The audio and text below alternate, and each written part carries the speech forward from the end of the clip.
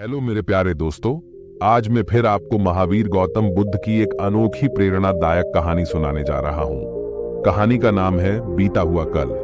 कृपया करके इस कहानी को ध्यान से सुनिएगा। बुद्ध भगवान एक गांव में उपदेश दे रहे थे।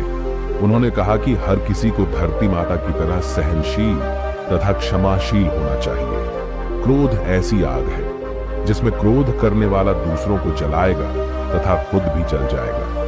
सभा में सभी शांति से बुद्ध की वाणी सुन रहे थे, लेकिन वहां स्वभाव से ही अति क्रोधी एक ऐसा व्यक्ति भी बैठा हुआ था जिसे ये सारी बातें बेतुकी लग रही थीं।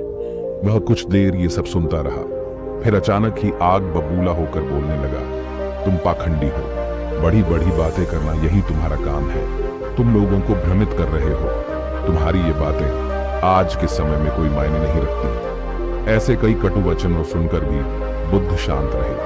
अपनी बातों से ना तो वह दुखी हुए, ना ही कोई प्रतिक्रिया की। यह देखकर वह व्यक्ति और भी क्रोधित हो गया और उसने बुद्ध के मुंह पर थूक कर वहां से चला गया। अगले दिन जब उस व्यक्ति का क्रोध शांत हुआ तो उसे अपने बुरे व्यवहार के कारण पछतावे की आग में जलने लगा और वह उन्हें ढूंढते हुए उसी स्थान पर पहुंचा।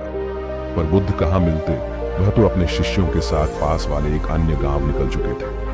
व्यक्ति ने बुद्ध के बारे में लोगों से पूछा और ढूंढते ढूंढते जहां बुद्ध प्रवचन दे रहे थे वहां पहुंच गया। इन्हें देखते ही वह उनके चरणों में गिर पड़ा और बोला, मुझे क्षमा कीजिए प्रभु। बुद्ध ने पूछा, कौन हो भाई, तुम्हें क्या हुआ है, क्यों क्षमा मांग रहे हो?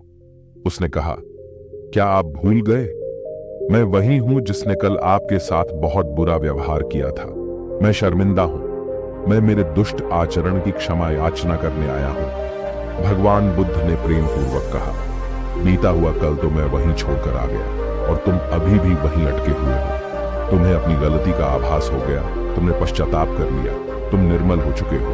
अब तुम आज में प्रवेश करो। बुरी बातें तथा बुरी घटनाएं याद करते रहने से वर्तमान और भविष्य दोनों बिगड़ते जाते हैं। बीते हुए कल के कारण आज को मत बिगाड़ो। उस व्यक्ति का सारा बोझ उतर गया। उसने भगवान बुद्ध के चरणों में पड़कर क्रोध का त्याग तथा क्षमाशीलता का संकल्प लिया।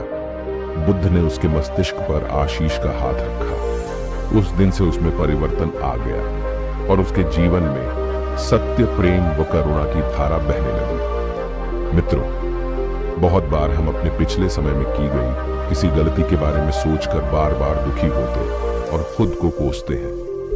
हमें ऐसा कभी नहीं करना चाहिए। गलती का बोध हो जाने पर हमें उसे कभी ना दोहराने का संकल्प लेना चाहिए और एक नई ऊर्जा के साथ वर्तमान को सुदृढ़ बनाना चाहिए।